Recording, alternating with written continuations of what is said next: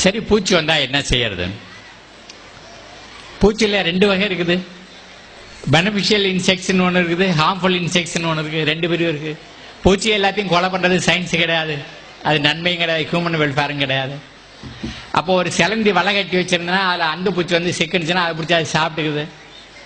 நம்ம குழவி எப்போ பார்த்தாலும் தோட்டத்துக்கிற பச்சை புழை கொண்டாந்து வச்சு தான் தான் முட்டையை போடுது, அதுக்கப்புறம் தான் அது பண்ணிக்கிட்டு இருக்குது. தட்டாம்பூச்சி பறக்கிற இடத்துல அங்கே இருக்கிற பூச்சியை பிடிச்சி புழுவை பிடிச்சி சாப்பிட்டுக்கிட்டே இருக்குது. செடியை திங்கிறதுக்கு 10 பூச்சி இருக்குன்னா அந்த 10 பூச்சியை திங்கிறதுக்கு இன்னொரு 19 பூச்சிகள் இருக்குது. எல்லா பூச்சியும் திங்கிறதுக்கு பறவை இனங்கள் இருக்கு, 200 பறவை இனங்கள் இருக்குது. பூச்சியை நம்ம கொண்டு விட்டோம் அப்படின்னு சொன்னா பறவை இனங்களை சாப்பாடு இல்லாமல் பண்ணிட்டோம், நண்பர்கள் நம்ம தோட்டத்துக்கே வரல, மறுபடியும் அந்த உணவு சங்கிலி பாதிக்கப்பட்டு இருக்குது, உணவு சங்கிலி அறுந்து கிடக்குது. அப்ப ஏதாவது செய்யணும்னு நினைச்சீங்கன்னா என்ன செய்யணும்னா, நம்ம ஆடு மாடு திங்காத செடி கொடிகள் எங்க பார்த்தாலும் இருக்கு. இதைத்தான் பெற்றோர்களுக்கு